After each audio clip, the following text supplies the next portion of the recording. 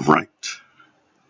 Welcome back to another episode of my movie review series, episode 337. Now, last week I said that I was gonna do Vampire Week for this October, early this October, Vampire Week, first time ever. Yeah, October, uh, day 8, week 2. And yeah, man, Vampire Week, Blade, Trinity, 2004. Yeah, Wesley Snipes makes his return to the movie review series. Chris Christopherson makes his return. Mrs. Timberlake herself, Jessica Biel, is here. Deadpool himself, Ryan Reynolds is here. Parker Posey, Natasha Lyonne, Dominic Purcell, and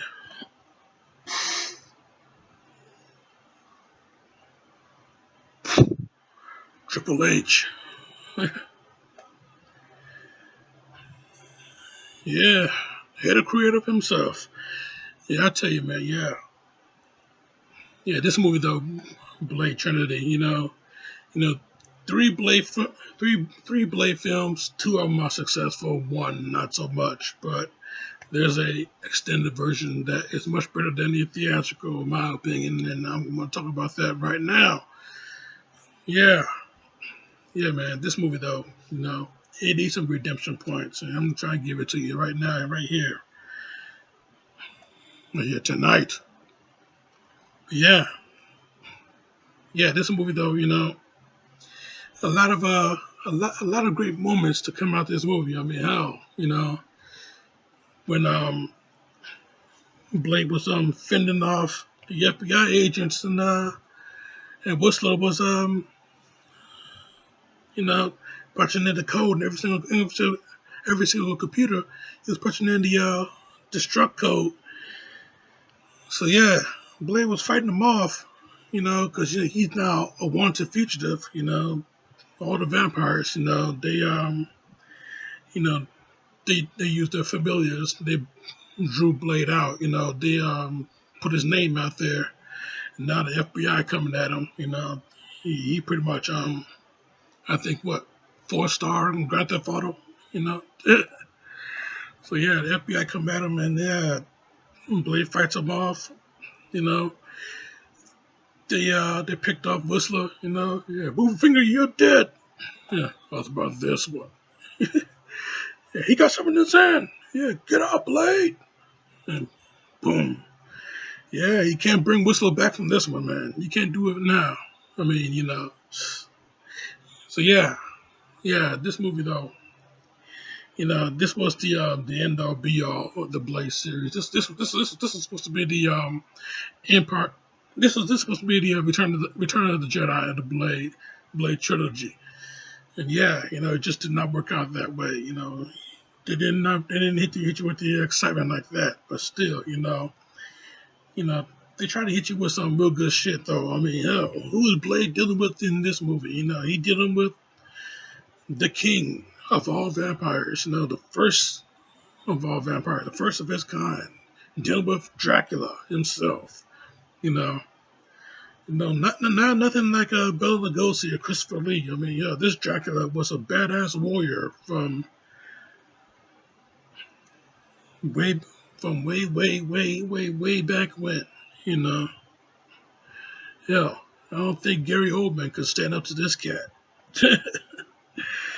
Yeah, I tell you though, I tell you though, the final fight between these guys, Blade and Dracula, Dracula, he's also a daywalker, I mean, he's the first of many, he's the patriarch of Hominis Nocturna, I mean, damn, the final fight between these guys, it was a real good one, real good sword fight, no Highlander level sword fight, but it was a real good sword fight nonetheless. I tell you, Blade, he's he's giving his all, with the sword, and yeah, you can see that an equal match to Dracula, but when Dracula had that strength, yeah, Dracula got that strength, Blade disarmed him, he took off his jacket, grabbed Blade, threw him over the railing, slammed him right into the floor. And then, yeah, he started to transform, revealing his true self. Yeah, just monstrous stuff. Yeah, Blade, yeah, he was no match for him. So, yeah, with Abigail, Jessica Biel's character, Abigail Whistler. Yeah, Whistler. She's not a Whistler, born out of wedlock. But she shows up with the plague arrow, this biochemical weapon is the only thing to stop Dracula and all the vampires in this vicinity, it counteract with his red blood cells, and yeah, all the vampires go bye bye. So yeah, yeah, she fires the plague arrow. Dracula catches it, drops it to the ground. He's about to go at Blade. She fires another arrow, aimed at, gets in the shoulder. Blade grabs the plague arrow and rams it into Dracula's stomach. Yeah, rams it into the stomach, push it in deep. Plague arrow, it starts to course through Dracula's body. Yeah, he releases the shit all over the place, man. But yeah, yeah, no, that is what has beaten him. Yeah, he give Blade one final message though, Yeah, sooner or later the thirst always wins. But yeah, we're gonna talk fight scenes though. Man, the fight scene between Triple H's character, Jocko Grimwood, and Ryan Reynolds' character, Hannibal King. The fight scene between those cats, that hand-to-hand fight, man, I tell you, yeah, that was a real good one. That was a real good one. Man, I tell you, yeah, King, he was throwing some real good shots, though. He was throwing real good shots, but, yeah, Triple H, Jocko Grimwood, just walking diaper stain, huge hulk of a man, Not Hulk, but still, you see Triple H, you know what I'm talking about. But yeah, yeah, huge dude, he can take a lot of pain, take a lot of punishment. And he can dish it out too. Yeah, and I mean, that running power slam, he nailed him with. I like that they incorporated a few wrestling moves into this fight. But yeah, seeing Ryan Reynolds' character, Hannibal King, just hold his own. But yeah, I tell you though, yeah, this movie though, really great stuff to come out this movie, really great scenes to come out this movie, you know. I mean, hell, seeing Dominic Purcell portray Dracula, yeah, we got this cool looking vampire, dressed up to the nine, dressed like a real badass, black leather jacket, rings up to the nine, necklaces, dude looks like royalty in modern day. And yeah, seeing him walk the streets, hearing that song Fatal by the RZA, you know. We gotta have a little bit of Wu-Tang flavor in this movie. And yeah, this movie, yeah, it brought it. I tell you that, man. It brought it with that. But yeah, yeah, seeing him walk the streets though, he comes up to this store that sells vampire merchandise, you know. So yeah, yeah, he looking around and he's seeing that he has become a novelty act, you know, yeah, Dracula lunchboxes, Dracula plush toys, Dracula vibrators, cereal, Dracola, some red drink, but yeah,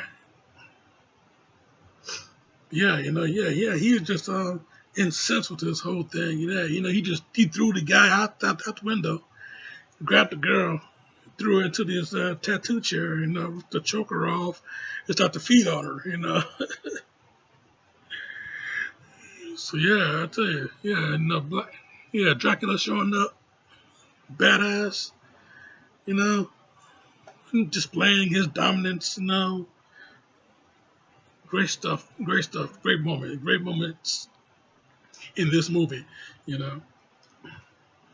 Yeah, it's the edited version that you should really check out. I mean, if you haven't already. So yeah, yeah, Blade Trinity 2004, yeah, and this movie, again, it's not a perfect movie. I think it's because of the director, the same the same guy that wrote that wrote all three movies, directed this one. And yeah, first time in the director's chair, it's just not, it just didn't click, you know, you know. So yeah, yeah. I mean, I saw what you're trying to do, you know. Yeah, nobody touches his baby but him. So but yeah, you know, maybe David S. Goyer wasn't the right choice to direct the movie. Maybe, you know. I mean, hell, hard to live up to the second movie, which was the best out of all three. Hard to live up to the second movie. So yeah, with this movie right here, you got and then yeah, hey, yeah, a good 4 out of 5. That's my review. Well, that's my ranking for it.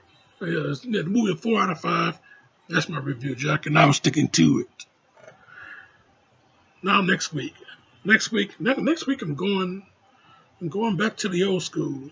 You know, going back to the old school. Going to deal with some creeps. Night of the Creeps. Going to deal with, yeah, Tom Atkins show up and deliver all hell. Good news and bad news, girls. Dates are here, but they're dead. But that's next week, though. So yeah, October. Keep it locked right here.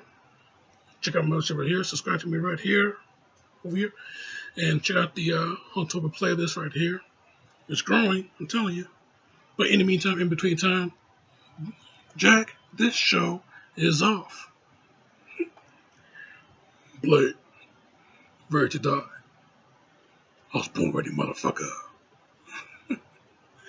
Great stuff, man. Great stuff.